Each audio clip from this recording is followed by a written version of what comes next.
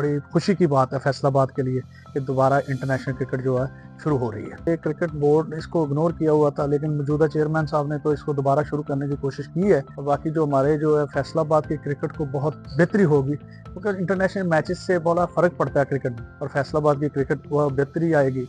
और स्टेडियम को इसको मज़ीद बेहतर करना चाहिए। ये हमारा इंडस्ट्रियल सिटी है, इसमें बेहतरी ये है कि इसको अभी ग्राउंड लेवल बहुत बेहतर किया है। उसमें कुछ मेरा ख्याल अभी जो है मीडिया का सारा सेटअप उधर दूसरी तरफ ले गए हैं। ब्रॉडकास्टर के लिए उन्होंने काफ़ी काम किया, बिल्कुल सेपरेट कर दिया। वो बड़ा इशू बनता था, इसको बिल्कुल सेपरेट कर रहे हैं। इधर जो 1 नंबर गेट पे पहले बड़ा रश होता था, अभी पता चला है कि सिर्फ इसमें टीमें आएंगी और मैच रेफरी और ऑफिशियल्स आएंगे, दूसरा बंदा इधर से कोई भी नहीं दाखिल हो सकता। सिक्योरिटी वाइज बहुत बेहतर स्टेडियम, इसके चारों दरवाजे बंद हो जाते हैं।